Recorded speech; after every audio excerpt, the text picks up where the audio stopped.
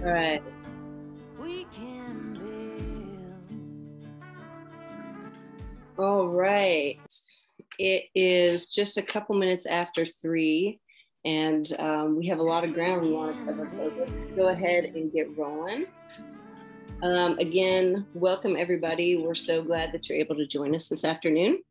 My name is Darcy Cook. I am the state coordinator for the Maine Network of Community Food Councils, and I am also a partner in the Maine Food Convergence project. Very pleased to be here with you all today. So if we go to the next slide, please. Coming. I'm sure you all saw the thing pop up that said recording in progress, but just so we say it out loud, we are recording this event. We will not be recording the individual breakout rooms, but all things that we do here together in the big space will be recorded. So if you don't want to be on video, you can go ahead and just turn your camera off. Next slide, please. Thank you. So the agenda for today, we're going to start with a welcome and a grounding from our own Steph Cesario.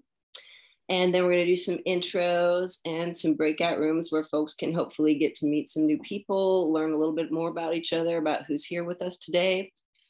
And then we're going to share some highlights from our report, which covers the original Food Convergence and a lot of the activities that have happened in the year following it. Then we'll go into some snapshots of collaborations and actions that have come out of the original Food Convergence.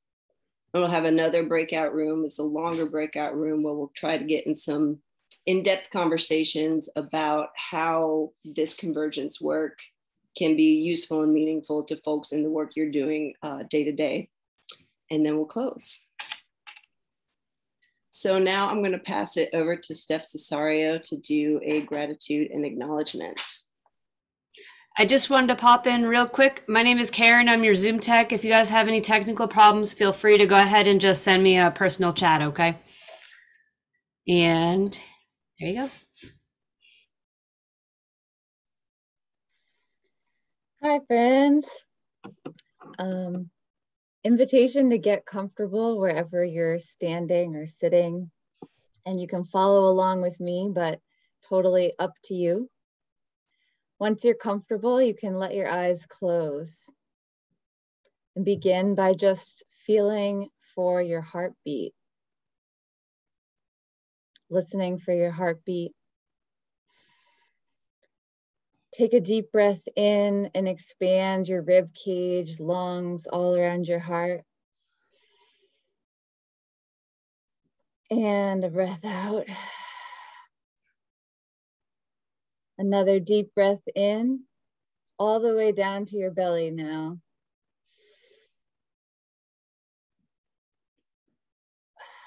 And a breath out.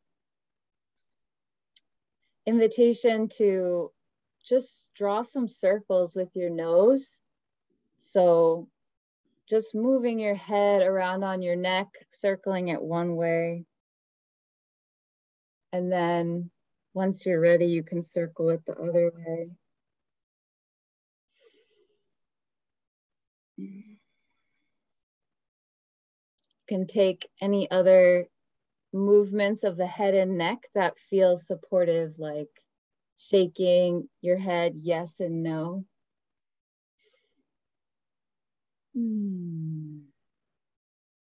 Maybe even roll your shoulders up, back, and down a few times. We invite you to stretch and breathe at any point throughout our time together today. And once you're comfortable, you can return to stillness and open your eyes to take in this Zoom community. The Convergence Network partners wanted to begin today with deep gratitude and acknowledgement of the people and other than human beings that guide us. We offer deep gratitude to the people of the Don, the Wabanaki tribes, for their stewardship of the lands and waters that our local food organizations currently occupy.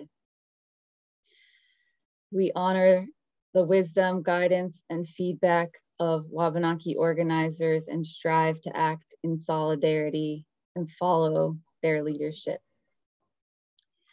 I'm going to put into the chat some links to explore to some Wabanaki-led food and land justice projects that we encourage folks here today to donate to as micro reparations.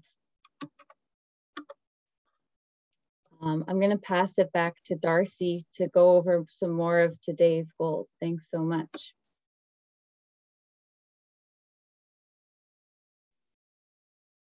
Thank you, Steph. And also thank you, Karen, for popping in and showing yourself as our tech support today. So before we really dig into this stuff, we wanted to kind of lay out what the goals of today are. The really big, deep goals for us are relationship building and sharing each other's work and ideas, and really hoping to come out of this meeting today with some solid momentum moving forward on our work together and figuring out possibly new ways that we can work better together and in solidarity. So now I'm going to pass it over to another network partner, Tanya Swain, and she's going to talk about the Maine Food Convergence project, mission, values, and visions. So Tanya. Thanks, Darcy. Hi, everyone. My name is Tanya Swain. I work with Maine Food Strategy, and I'm here today with the Maine Food Convergence. As we come together this afternoon, we want to start off by emphasizing that we're thinking about the Convergence not as a standalone entity or an organization, but as a space we hope to co-create with others who share a vision for a more equitable, just, and regenerative food system in Maine. Next slide, please. And this slide has some values that we feel underpin that vision. Values are ideals, as everyone knows, that we hold ourselves to and we're striving to fulfill. For people in the convergent space, these values have been equity and collective power. And this value recognizes that people who have been most impacted by systemic inequities are the ones who have expertise to transform the system. To improve equity and collective power in food systems change work as a movement, we need to support collective leadership where people most impacted by the current conditions and systems determine community-centered solutions. Networking differently is about more than meet and greet. To create systems change, we need to build trust and transparency across people and groups and sectors so that ideas and resources can be shared, silos are broken down, and we act together more wisely and powerfully. And the third value is system thinking. This value focuses on greater awareness of the interconnectedness between parts of the system, issues and solutions, a recognition that no one organization or entity can change the food system alone, and that we need to work strategically as a network. While many of us here today are working to uphold these values, I and maybe some of you on this call find ourselves falling back on familiar frameworks and ways of operating and responding to the world. One realization that I and other partners working on the Convergence have had over the past year is that we've made missteps that have negatively impacted people around us who have lived life through different experiences. And in some instances, we hurt people in relationships and undermined fragile trust. As organizers, we are very appreciative of everyone who's pointed out what's not working, what's hurtful, and what we need to do differently. And we remain committed to working towards these values through our individual work and work with the Convergence. Next slide, please. As noted a couple slides ago, the idea for the Convergence grew from a desire to connect several network initiatives. We wanted to create a space as opposed to an organization or entity, and we're trying to communicate more about what that means, and we hope this visual helps. Each network partner in the collaborative is part of another network, and each of these networks is part of a network of people mostly doing work at the local level. Some partners are connected to work happening in communities, others are connecting to regional initiatives. By creating a space where we all regularly meet and exchange information, we hope to facilitate communication between community level, state, and regional work to support connections between people, projects, experience, and expertise, and define ways to promote and support work across Maine. As network partners, we've entered into written commitments that outline our expectations of each other and how we'll work together. We plan to revisit these regularly, especially as more networks become involved. If you're involved with a network that wants to help develop the Convergence, please get in touch with any of us. Next slide, please. The Convergence was one step forward on a long road to building the interconnectedness we know we need to make changes in something as complex as the system. Being mostly virtual over the past 2 years, it's been difficult to build relationships. This virtual network map, which was first used at last year's Convergence, is one illustration of how we're all becoming more interconnected. The image on the left is from the beginning of the Convergence series a year ago, and the image on the right is from the end of the series. And so you can see how relationships and connections between people developed before and after that event. The map is still up and running, and if you haven't added yourself, please do. If you haven't checked it out in a while, check it out. You can click on new connections that you may have to people that are showing up there. And it's sort of a great tool to track how relationships are building through this process. We wanted to also thank Catherine Bessey from Cooperative Development Institute for getting this up and running. And I think there's a link to the map in the chat, and I'll hand it back now to Darcy. Thanks. Thank you, Tanya. So next, we just want to call attention to the gallery walk. And we're not going to go through this all right now because there's several different groups in it. But we will put a link in the chat to this, and we invite you to check it out on your own time whenever you have a chance. Each slide represents a different organization that's here today, and there's a little information about the work they've been doing, what they're looking to do, things they're interested in possibly collaborating on, and there should be contact information at the bottom. So scroll through that, and if you see some groups that are of interest to you, give them a shout. Next slide. Okay, great. So now we're going to do our first breakout room, and this is just a short 10-minute break the ice, hopefully get to meet some new people breakout room. They're going to be randomly assigned 4 to 5 people per room. And we have some prompts here to get a conversation going. So name, pronoun, and affiliation. And then we'd like you to share your walk-on song. And if you don't know what I mean by that, I want you to imagine yourself as a boxer or a presidential candidate, and you're coming into the ring or onto the stage, and like, what is your hype song that's playing that's getting everybody like riled up? That's your walk-on song. And just for clarification, mine changes like every week. So this isn't like something you have to be deeply committed to. Just like whatever song is in your heart right now, share it with the group. And then we invite you to share about like a heroine, heroics, hero of yours, someone that you really admire, and something that you admire and honor about them. So we're going to take about 10 minutes to do that before we move into the report highlights.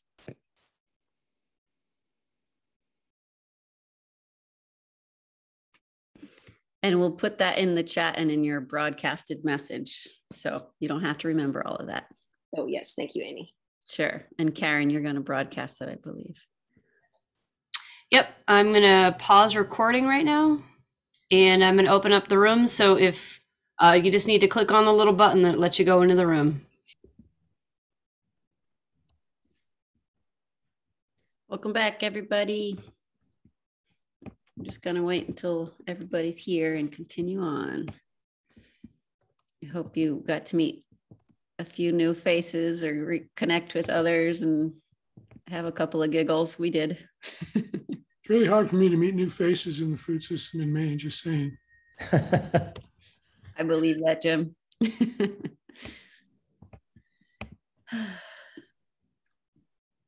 All right, I'm going to share my screen again. Sorry, I love seeing all you, but we'll get some more time with everybody at the end. And again, if you didn't hear before, you can make the screen, the share screen smaller by putting your mouse on the line between the faces and the screen and the presentation, and drag it bigger and smaller as you wish. So here we go again. Whoops, I forgot a step.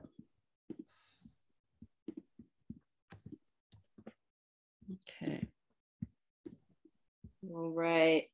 Thank you all for participating in the breakout rooms. I hope you met some new folks and had some fun conversations. And now I'm going to pass it over to another network partner, Scott Vaughn, who's going to talk about highlights from the report. So Scott. Hi, everybody. It's great to see so many familiar faces again after a year. So my name's Scott Vaughn. I'm the director here at the Center for an Ecology-Based Economy, which is part of our local food council, which is part of the network of community food councils, which is part of the Convergence project. So you get the idea of how this project is a network of networks.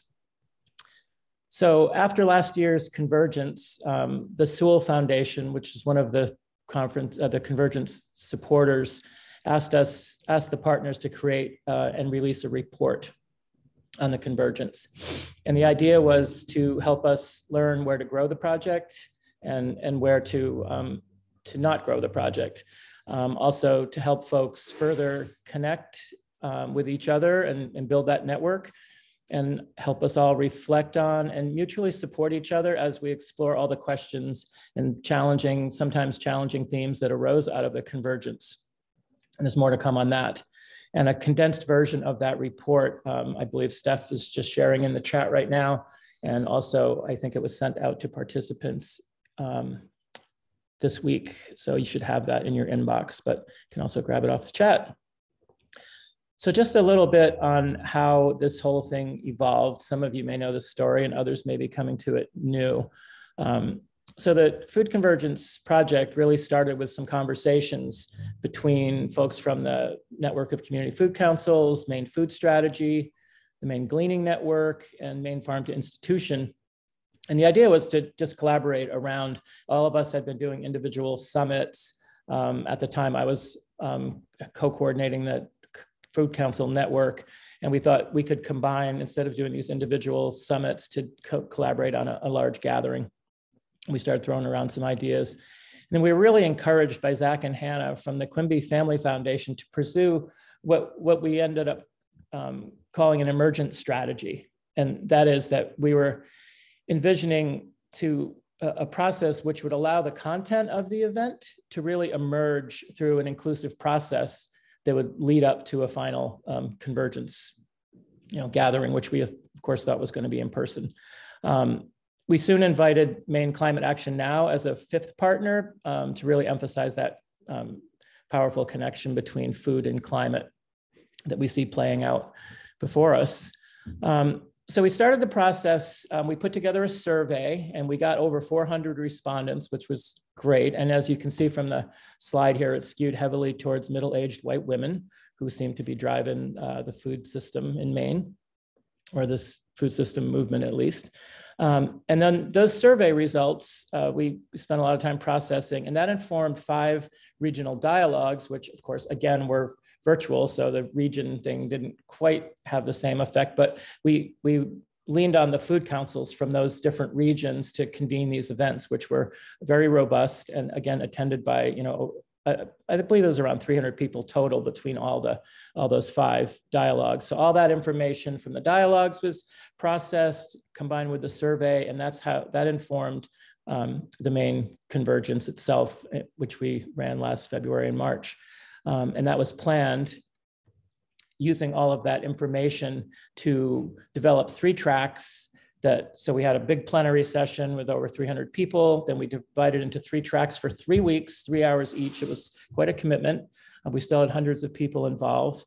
And those tracks explored a wide range of issues, from food security and processing to land access, climate adaptation, a lot of different sub-tracks within the tracks. And then we finally had a plenary wrap up.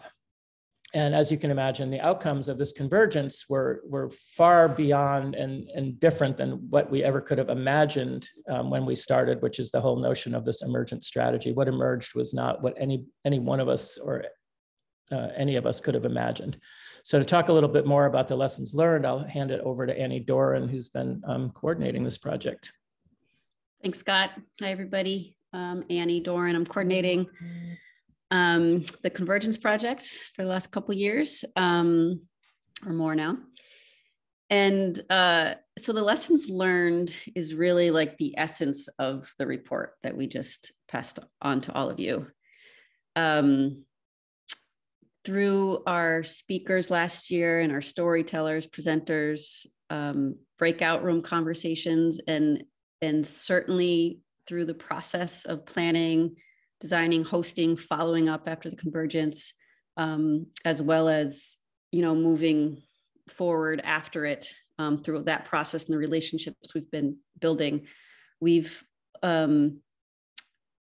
learned so much. And also we have a lot more questions than we originally started with, I think. And that's really a lot of what we want to share today and then gather around. So, there's a lot we've learned. Some are like little details, such as don't share my own Zoom registration link with everybody, because then you'll come on as Annie Doran. Sorry. And if that happened to you, rename yourself. But here's some like the bigger questions that have been coming up here. So how do we transform our networks so the work being done is guided by those most impacted? How do current Maine food system leaders, who are mostly white and adults, respectfully ally with efforts led by BIPOC youth and other impacted communities? How do we create space and organizations where all people can bring their full selves to the table and contribute?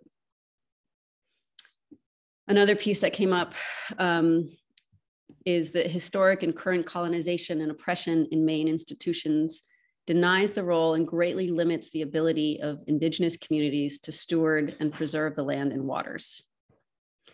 And that some of the innovative ways organizers approach healthy food systems, such as regenerative ag or permaculture, draw heavily from Indigenous technologies, which is often not acknowledged. There isn't a shared vision for what food systems that work for communities and the earth should really look like.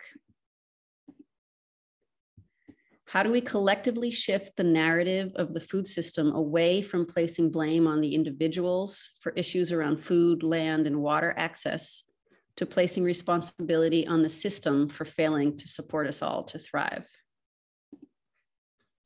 And that building bridges and addressing all these issues will take a committed intergenerational work. It's a long haul, one step at a time. And to really put power to those words and those lessons are some of the people who spoke them at the Convergence. So we have a quick little video that afterwards Steph will also put a link to it in the chat. And I just want to thank all people who have spoken up and helped guide the Convergence and further networks beyond, and particularly these folks who are in the video, Olivia Moore from Eastern Woodlands Rematriation, Heather Augustine, Tanvi Koshik, sorry if I butchered that name, Lily Nygren, Lakota Sanborn from Bomazine Land Trust, Lisa Fernandez from UNH Sustainability Institute, and Ethan Miller from Land in Common. So here goes. I feel we must center the values of Indigenous people of the particular place that you are, so that we can build this new shared future together based in the values and ways of relating from the traditional people of that land. A couple hundred years, we've done incredible damage, but this is not all there has ever been, and it is not all there will ever be. When I think about inclusion, it sort of makes me wonder, it's that power dynamic is still there, right? But maybe we just want to stand on our own and work in support of one another. I've always wondered, let's give Wabanaki people a seat at the table, but the more tables I'm invited to, I sort of want my own table. I feel we must center the values of Indigenous people of the particular place that you are, so that we can build this new shared future together based in the values and ways of relating from the traditional people of that land. A couple hundred years, we've done incredible when there's a whole range of movements that can come together behind one issue, that can really be, for a specific amount of time, that can really be a push forward. And if we want folks to show up for this movement, that people in this movement also need to be showing up for where they're not being directly affected. I see an opportunity to utilize climate research as a roadmap and guidebook for moving forward. I think that moving forward, we really need to have coalition building and an understanding that there is this interconnection and the solidarity between all these different movements that are compartmentalized as being different struggles and different movements. We need to understand that we're all in this together. We're all working together across our different spheres in the same way towards the same goal. Like that. It's about coalition building and valuing all those different approaches.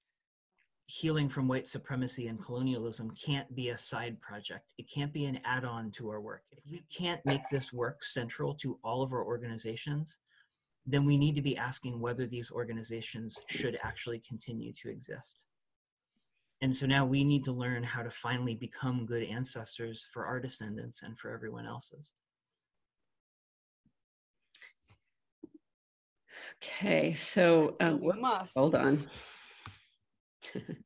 Sorry, so maybe just take a little breath and let that seep in to everybody.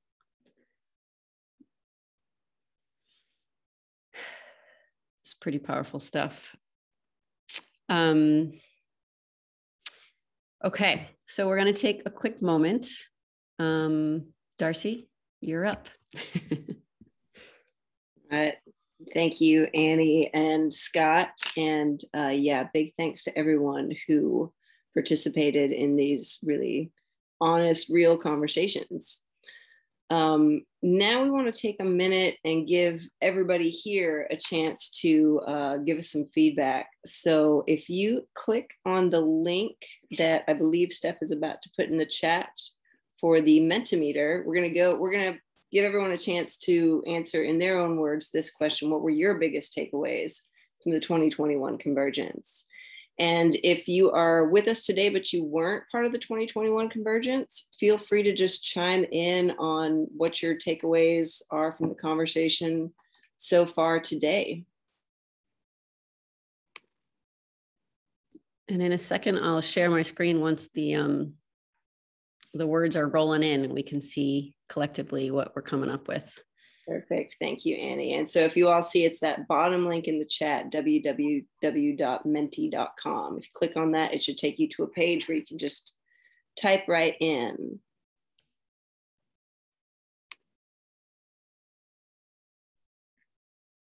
Here we go. Okay, I'm going to share this. It's working. It's always good.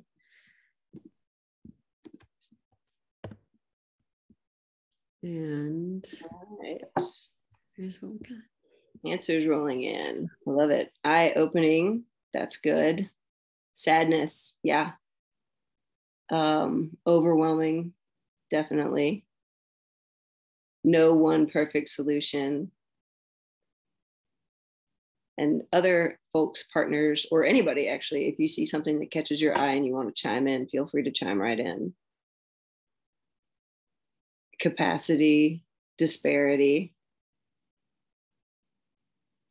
So it's interesting. I'm seeing and hearing a lot of like one word or two word emotions, which is, I think, a good thing. This is impactful, important work. And I really appreciate folks thinking deeply about it and caring deeply about it. Intense. Yeah, somebody put intense in the chat.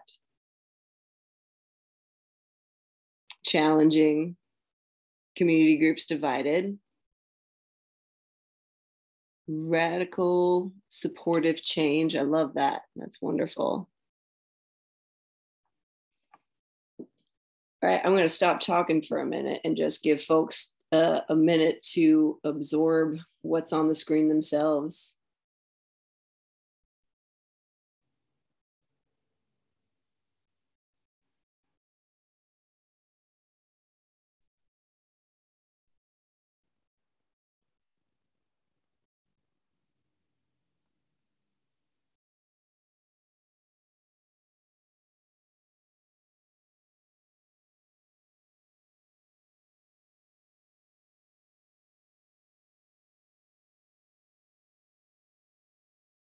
movement building.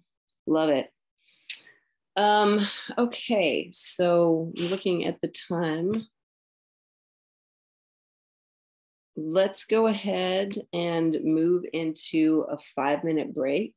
Give everybody a chance to stretch their legs, get away from your computer for a minute. And when we come back, we're going to talk more about collaborations and actions that have come out of last year's Convergence. And then we're going to talk about other stuff we can do together moving forward.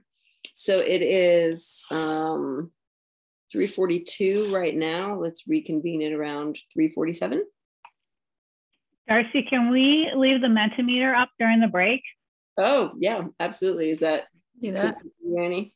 Yeah, I'd love to see more on that. There we go. And I also don't know if we can make the background a little bit lighter or darker or something. Just a note. It's interesting to read people's responses. Next time. Can you make it a just like the whole screen so we're not looking at all the tabs and everything?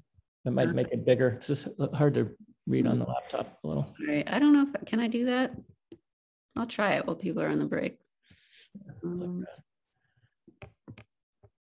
don't know if you want to put. Yep. Is that what you said, to share the screen? Please. Yep. Okay. Welcome back, everyone. I hope you had a nice little break. And as I mentioned before, now we're going to talk about some of the collaborations and actions that have been ongoing since the big Convergence last year.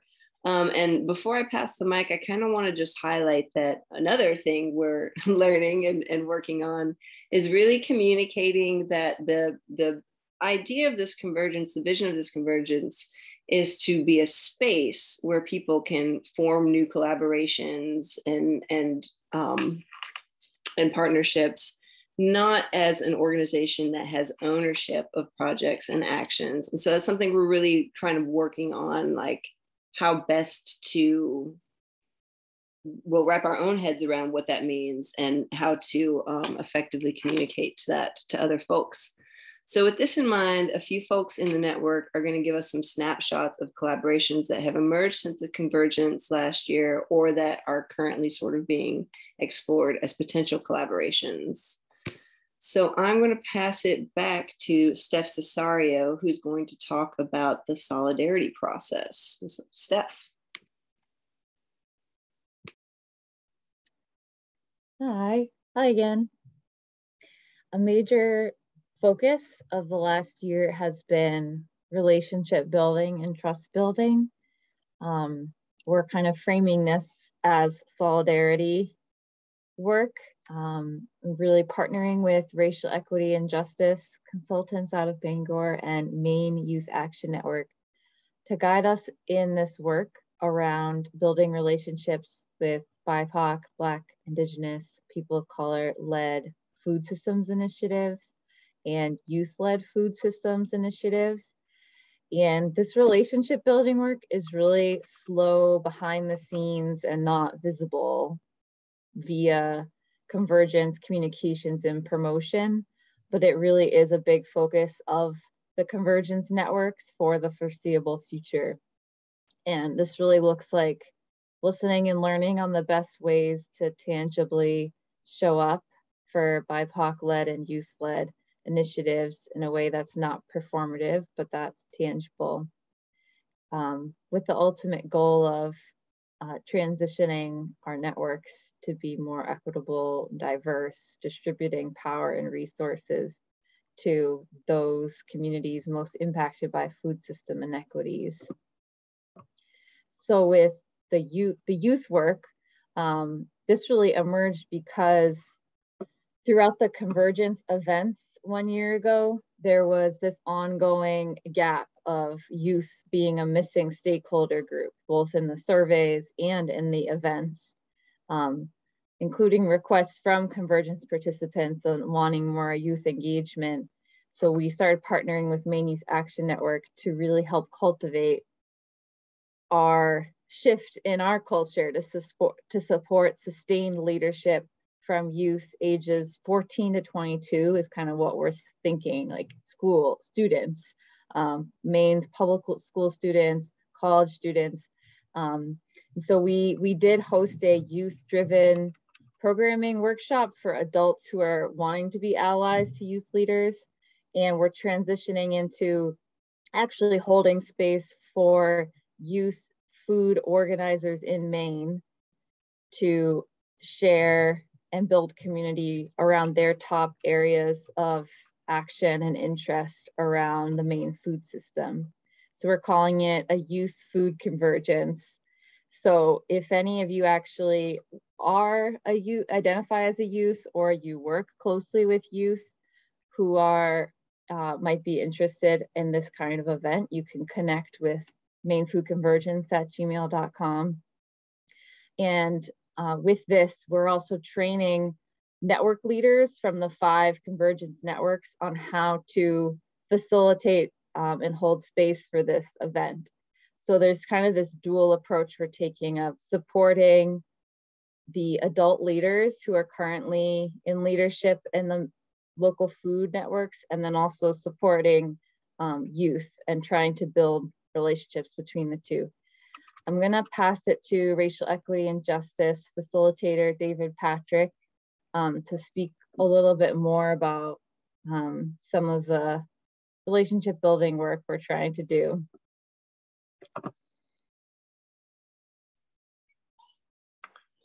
Great. Thank you, Stephanie. And really thank you, Annie, Tanya. I know Ken joined us as well. It's been really nice to work with you all.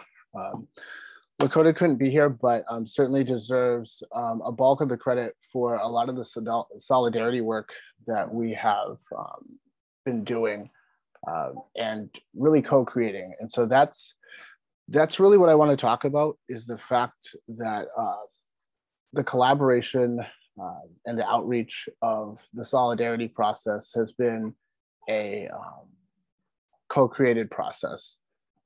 Mostly we have focused on, like Steph said, developing trust, developing relationships, and building rapport amongst our communities. I know, similar to how the food convergence was somewhat disrupted by COVID, our abilities to develop relationships outside of the digital space has been significantly impacted. I think one of the big things that we focus on when building community is actually being in community. And I think everybody's done a really impressive job online, but certainly the intention is to move into shared spaces with each other. And so I'll just go through a little bit of what we've worked on. And so I think one of the primary challenges was developing tangible steps, right? Like taking things from a conceptual mode or solidarity and equity as a philosophical approach, and actually starting to integrate that philosophy into action. And so Lakota, myself, Stephanie, Tanya, Ken, Annie, really focused on what would need to be done to build those relationships in a way that wasn't extractive, exploitative, tokenizing, and one that was reciprocal, right? And so it wasn't just Maine Food Convergence, the 5 nonprofits that pulled the convergence together, and those organizations want communities from underrepresented populations and marginalized peoples to participate in our work. It was, what can the Maine Food Convergence, the core groups, the participants, and those who really make up the leadership team do to support the efforts of those communities. And so initially we developed a plan to ask, right? I think that's one of the things that really gets missed is a lot of the times we tiptoe and dance in this kind of void of not knowing. And we don't know what to do because we haven't asked. And so we really focused on asking the communities that need the most help. I'm sorry, I have to pause. My son has a television show on. I need to tell him to turn it down.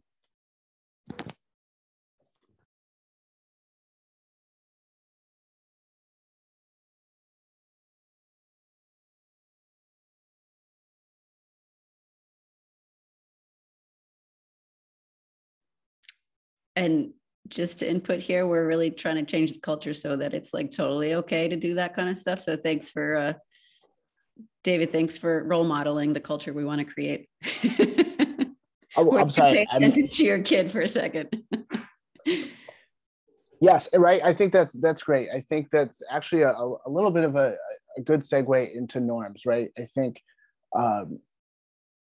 during our outreach process and our exploration, we really challenged some of the kind of cultural components of predominantly white professional spaces and organizational spaces, and how underrepresented communities intersect with those organizations, and just really not reestablishing norms, but sharing cultural norms and co-creating space with cultural awareness. So anyways, so what we decided was that we would reach out to organizations.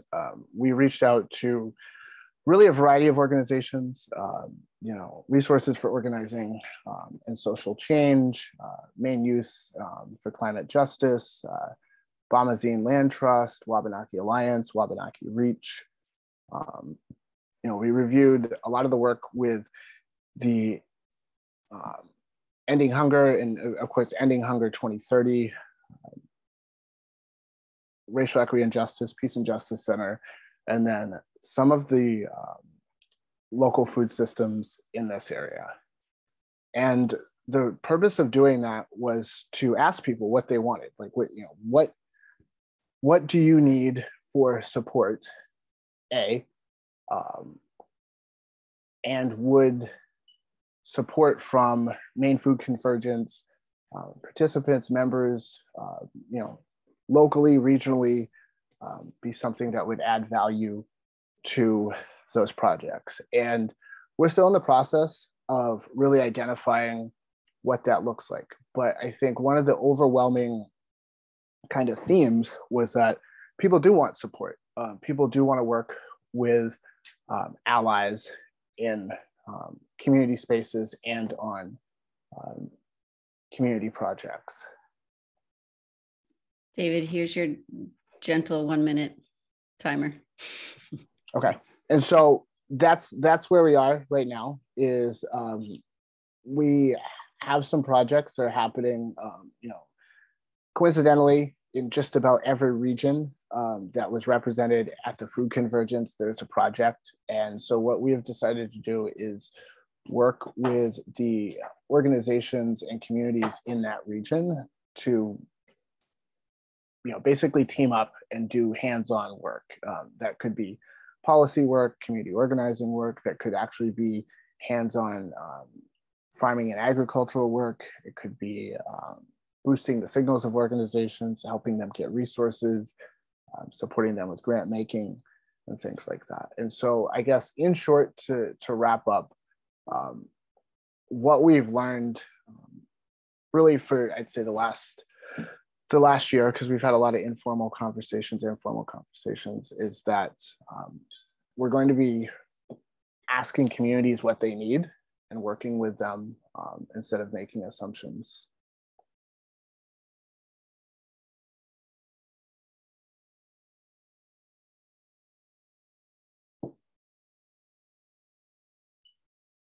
I'm done. I know that was a little more than a minute, but.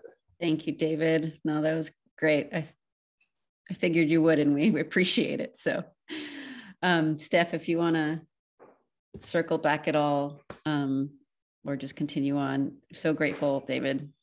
Thank you. And David's been like really committed to working with us. It's amazing support and guide.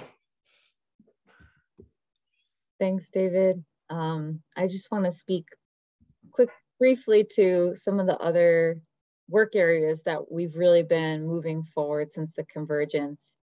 The Track A event series of the Convergence, From Farm and Seed to Market, has a lot of collective momentum around shared cooperative processing infrastructure development in Maine. As a lot of you know, this is a long time issue with great need, and organizers from Maine Farm to Institution have been stewarding a work group of processing infrastructure stakeholders across institutional and retail sectors, almost all based in Maine. And the greatest focus of this work group is really on convening field trips, presentations, deep dives, specifically on vegetable and fruit processing equipment in Maine, such as freezing, light processing, accessing shared production equipment, as well as buyers' roundtables on the greatest needs on the buying end for processed product in Maine food serving institutions and retail outlets. So just as an example, we've hosted a presentation on a new Maine broccoli processing project and a presentation on a Maine yellow pea falafel project. So there's a lot of work ahead on specific crops and connecting more stakeholders. And we're currently planning out future convenings around the top ranked interest areas for this work group, which I'll actually put in the chat if you're curious to look more at this image of the top areas of interest of this processing infrastructure group. And we're really thinking about more outreach to work group members with lived expertise of processing work in Maine, like farmers, growers, processors, and distributors. And I'll put another link in the chat to the profiles of the participants of this work group. So you can kind of see who's involved right now in the work group. And in particular, if you on this call right now are a vegetable or fruit grower, processor, or buyer, you can connect with Maine Farm to Institution to get involved with this group. And I'll put another link in the chat with my email and the link to the Maine Farm to Institution website for getting more involved. So a lot more to share, but for the sake of time, I'll pass it to another area that's had a lot of growth in the past year moving forward, the Maine food policy work. Justin, are you? Yeah, great. I am here. I'm ready to go. Hi, everyone. It's good to be with you. So I was asked to share a little bit about the work around the Maine Food Policy Alliance. So this work really, I think, grew out of the work that that Ken Morris had been leading around the Maine Food Policy Work Group, which was is a group that was meant to sort of keep a spotlight on and help share updates and help folks stay in the know.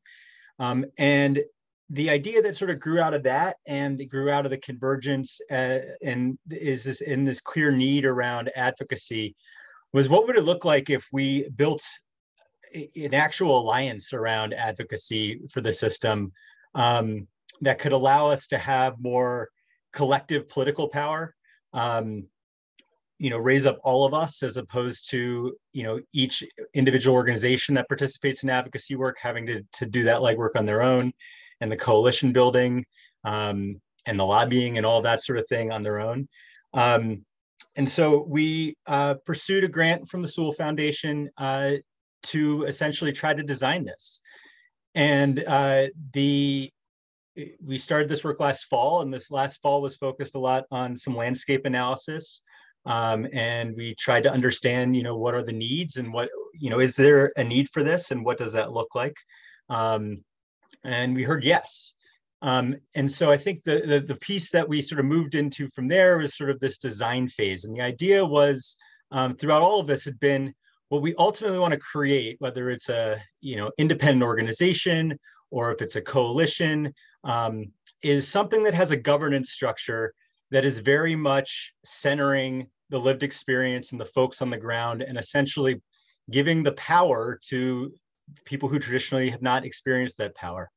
And so we set about to start a design process. We worked with many of the folks who were part of the policy work group to essentially think about what would it look like to design that kind of system.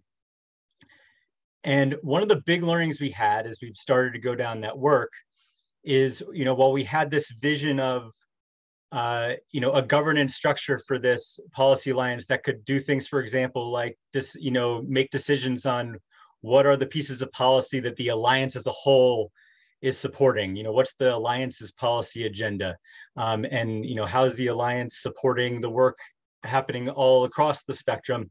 While we were very clear that that's something that we wanted to have be really centered in lived experience, what I think in retrospect, in hindsight, always being 2020, is quite obvious, but we maybe didn't think enough about, is just how much we really needed to incorporate and the space and room for those kind of conversations and the unpacking of power and privilege in the design phase itself.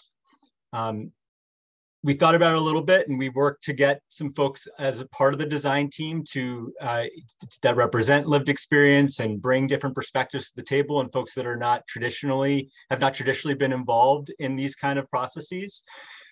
And I think that was right. I think what we fast forwarded through to be totally transparent and to share some of these learnings, because I think this stuff is hard and it's important to acknowledge when it doesn't always go well, is I think we didn't think about the time and space needed just to build amongst that design team, to build trust, to build understanding, to build shared knowledge, so that we can get to that place that we could be having the hard conversations necessary to not just fall victim to building things in the same kind of image that we've always built, but build something that's new and revolutionary and something that's going to be really successful, but something that is representative of everybody, truly representative of everybody.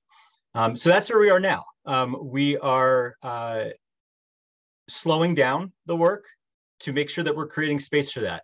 And we're going to bring in some facilitation help, some folks with some expertise on how to do that effectively, so that we can do that really well. And so, one next step in terms of folks wanting to get involved is we have something of a job description that we've generated as a design team for someone to support this work in a consultant facilitation kind of role, that we're happy to circulate, and we're looking for help with it. We have a follow-up grant with Sewell, grant request with Sewell that's pending that would continue to support the design of this work and the development of this work, and we're hopeful that is funded. And I'm still very optimistic. I think we're all still very optimistic that this is a really good idea and something that is going to be really powerful when built. But I think a really good reminder for all of us that sometimes, when we want to go really quickly on something, that's not always the right approach. That sometimes it's really important to slow down, so that we're doing it right, so that we're really giving space and time for the tough conversations, because that's how we get to that place of trust that allows us to really make sure that we're representing everybody, and not just the voices that are most comfortable in spaces and speaking the loudest.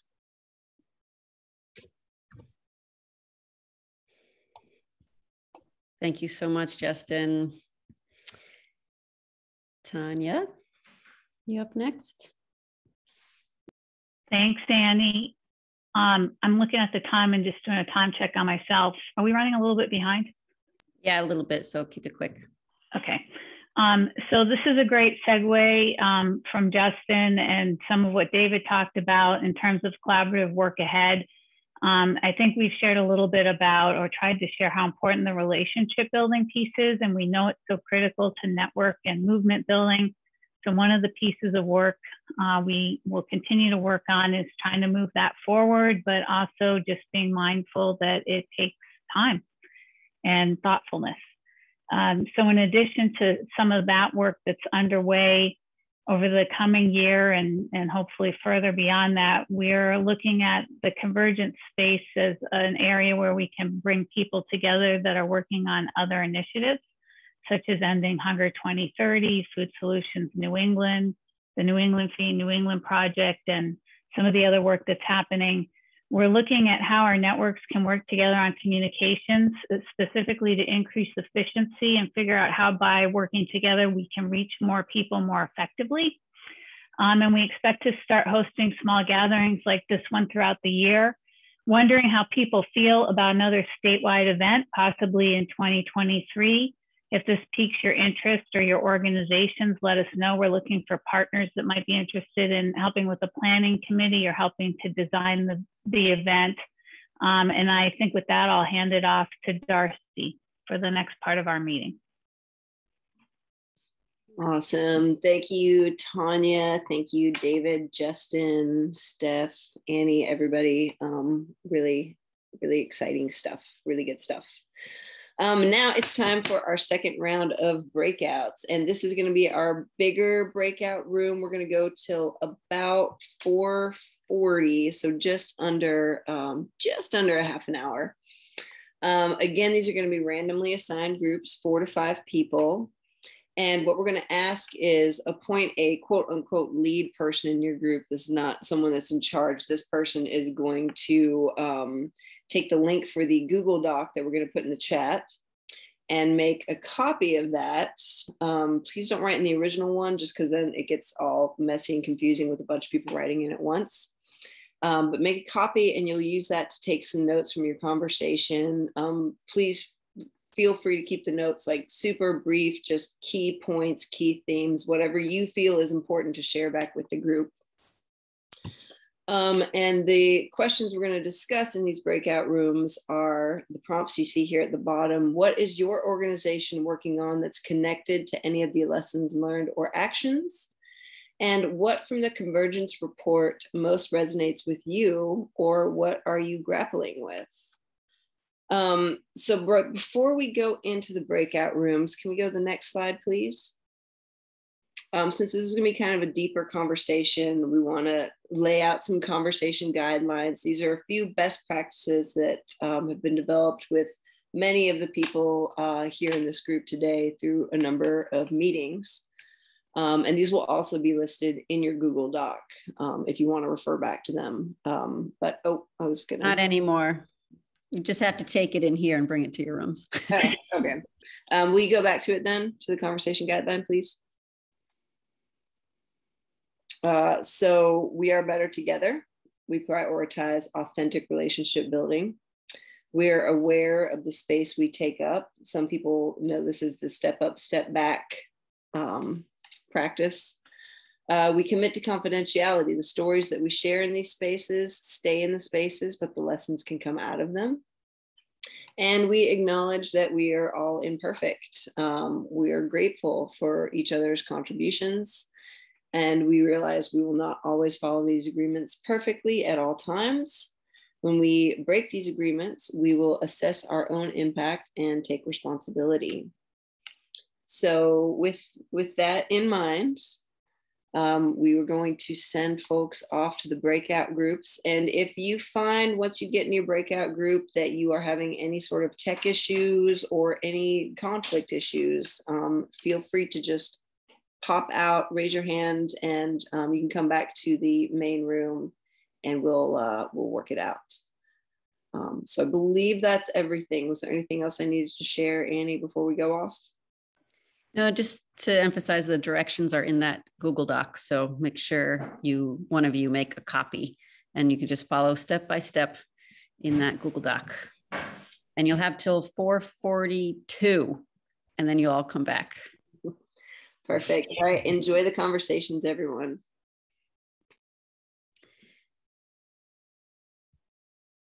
If you haven't yet, I'm just going to pipe in before Darcy takes over again. Make sure to put your Google Doc in the folder where it came from. And I just pasted that link in the chat so that we can check it out later and get some more details of what went on. And I'll hand it over to Darcy. And I'm going to share my screen again in just a second. Although, you know, we don't have to share the screen yet. So Darcy, just go. We can see everybody. All right. Here, I'm going to switch to gallery view real quick. Yes. So I'm not just staring at myself. Like, yeah, Karen, you want to take her off spotlight? That would be great. Welcome back, everyone. I hope you had some good, interesting, hopefully enjoyable conversations. And now we're going to take a few minutes and just kind of report out on some of the highlights of our conversations. I don't really have like a specific format for doing this. So I'm going to ask Adele from our group if she wouldn't mind. I hope I'm not putting you on the spot too much, but would you like to give sort of the first report out from our group? Just gonna pipe in here, just like keep it to a minute and a half, something like that. Just quick summary or little nuggets that really stuck out. Yeah, absolutely. I think it'll be interesting to try to get through all this, but so in our group, we had Terrence from Preble Street, Jonah from Sewell, Shelly from Retrius, Darcy, and Jenna from Senior Farm Share. So I can just briefly go over what we all shared, just the main points. Terrence from Preble Street shared sort of the Preble Street's food security hub, the launching of that, sort of as the next generation of food security relief in their new building in South Portland, and sort of creating a new policy space for other organizations to address food security issues, as well as working with local farms for processing infrastructure.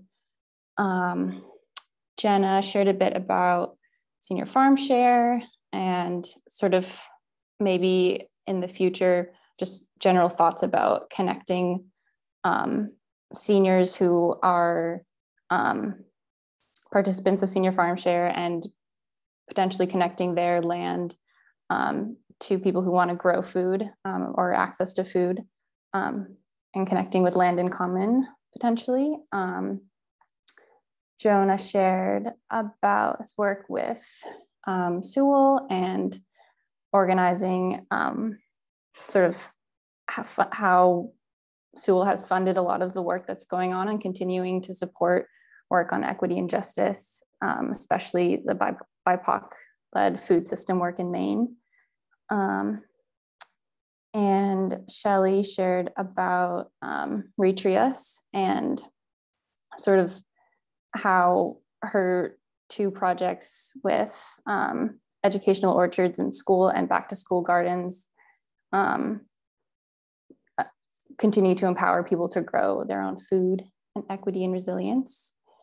And in sort of what lessons learned, we all sort of quickly chatted about how this space, how the Convergence sort of brought everyone together, and then also created a space for reflection and stepping back and seeing how important these conversations are to happen, but also to see where we can move forward, and also the places that, or the phrase that sort of stood out was going at the speed of trust. And yeah, I guess that's a very broad overview of everything we talked about. Sorry if I missed some things, but yeah.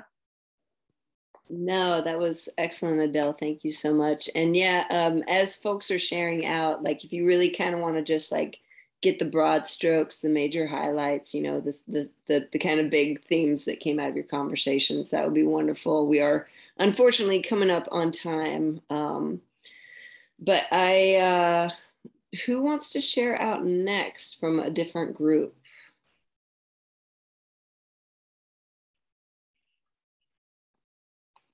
Were there folks? I'll share a bit from our group, sure. Mostly because, I mean, we had a great group with Amy Winston from CEI, Catherine Bessie from CDI, Joelle Auerbury from Maine Coast Heritage Trust, and something Catherine shared stuck with me a lot, and I feel like that's a lot of what we're grappling with within the Convergence Network partners, which is around this who's at the table, switching whose table to go to. So who's owning the table, who's inviting people to a table in terms of how we gather and how we create councils, advisory councils, network leadership. And Catherine was sharing, you know, with our group as white technical assistance advisors in Maine, that we have this opportunity to actually change that around and say, where's the table and can we be invited when the time is right, rather than necessarily building a table and inviting others to it. So there's this connection that we talked about, and I'll pass it to other people in our group can share, or a different group, informal here. So I believe Sherry Blumenthal, did you have your hand up? Sure, yeah, I can speak quickly to our group was Tanya Taranovsky from, I think I get this Farm to Institute New England, myself, Becca Shane from Healthy Androscoggin, Julie Daigle from Healthy Acadia, but with her Green Ellsworth hat on, and Marie Emerson, a farmer grower in Washington County. I don't know if you can hear, that's my baby in the background. And Max, my 9-month-old. And so I think really what we kind of convened around was definitely the lesson that, you know, individual blame or responsibility for really systemic issues is just is an approach that we have to shift, that we have these broad reaching and sort of, even I would use the word devastating, systemic injustices that are creating food insecurity and creating our environmental degradation, which was really being lifted up by Marie, and that we have to both shift that narrative and take action to do things differently. And I think also what was voiced a little bit was sort of, again, grappling with how we move from just holding a philosophy or a value system around justice and equity and actually taking that into action, actionable steps. So just a high level summary. If I missed anything, folks, please share back.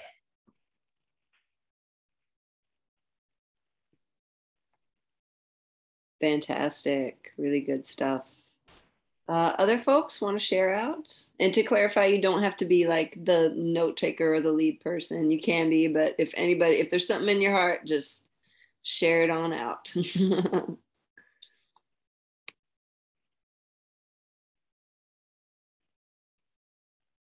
I'm seeing Tanya in the chat and the importance of giving voice to small farmers. Absolutely.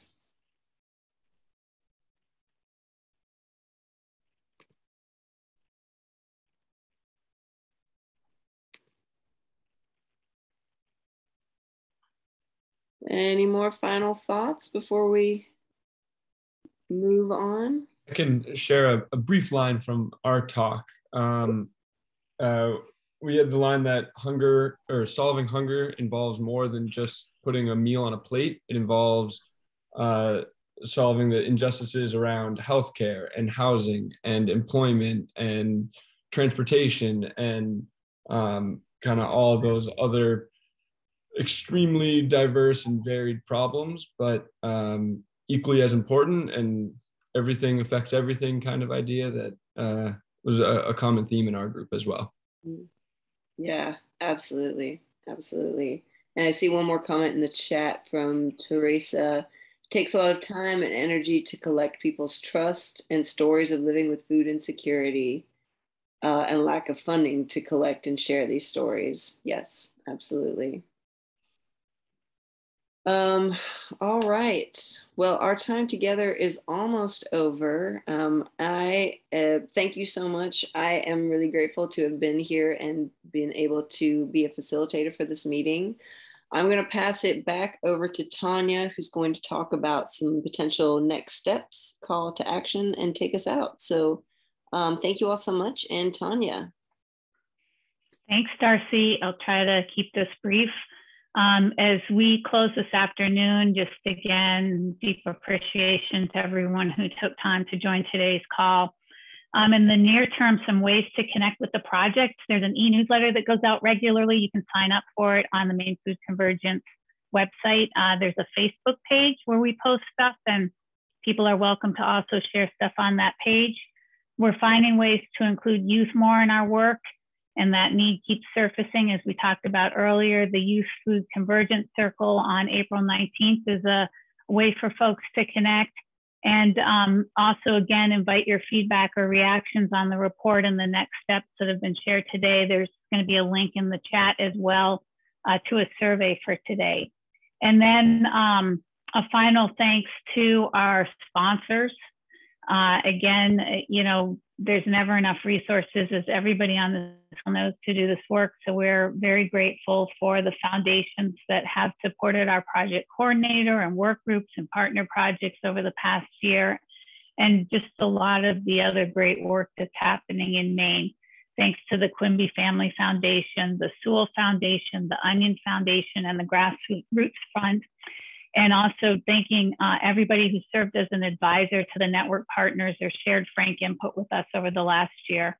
We wanted to also recognize Carly Woods and her deep patience while designing the report and the presentation. And thanks to Karen Childs for stepping in as our tech person today. And now I'm going to pass it to Annie for some final inspiration before we sign off. Thanks so much to everybody here today. Thanks, Tanya. I didn't get to add my 2 cents in when people were sharing, but I just want to put one thing in that's really been circling around us a lot these days. And that's that confrontation is so important and has been happening. You know, it happens all the time. It happens a lot. And for us to hold ourselves and each other accountable, we need to be able to have more confrontation. And so for me, I've just been doing a lot of thinking of how we do this work of being able to have confrontation within our own groups, outside of our groups, you know, all these things that come up, they come up a lot, and how, you know, we can like do this work together as, you know, food system partners and other partners, so that we can hold ourselves and each other accountable to grow and learn and transform and be able to hold the changes that are happening so that it is transformation and it's lasting.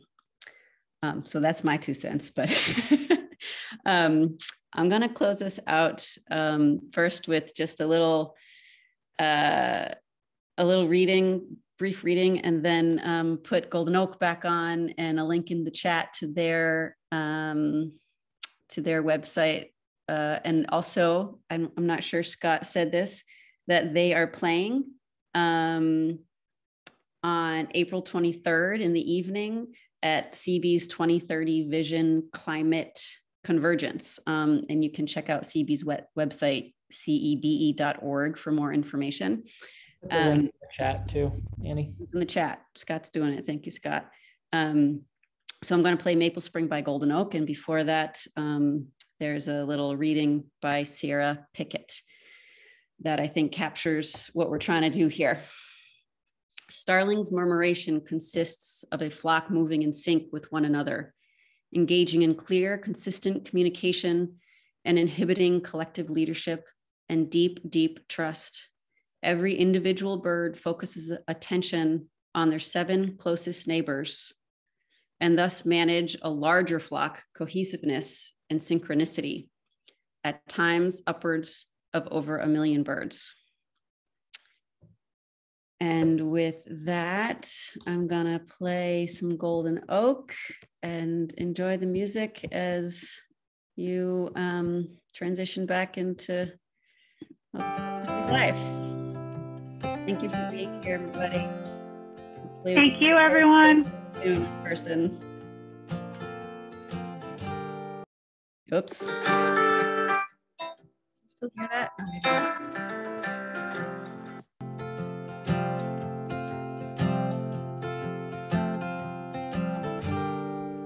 Pardon my fears, I've seen gardens turn to gray, and I always dreamed I'd be a father one of my days. But now I don't know if there's room for my kids to grow in this home that we're turning to stone.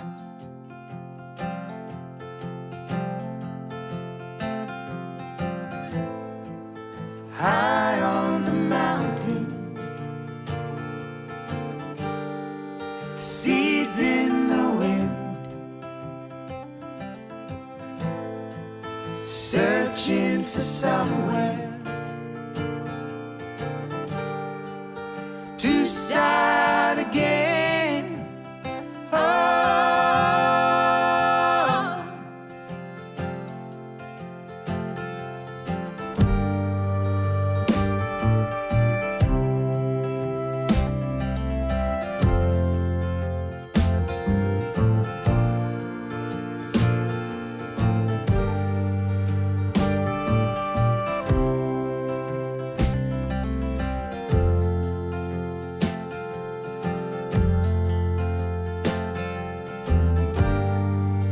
Head in the clouds, we felt love sprout from the ground.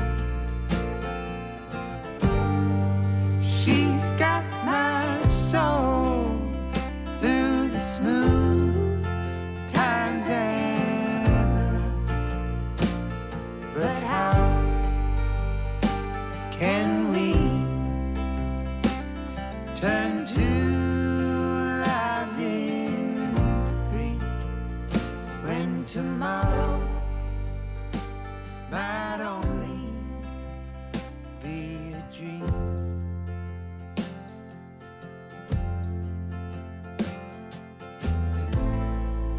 High on the mountain, seeds in the wind, searching for some way to start again, where it's all going. I don't know, but I'm still looking for room to grow. Nice to have you here, Susan.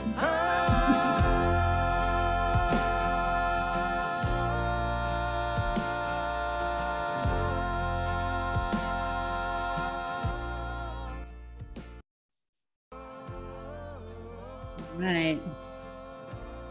Video's so good. So nice, right?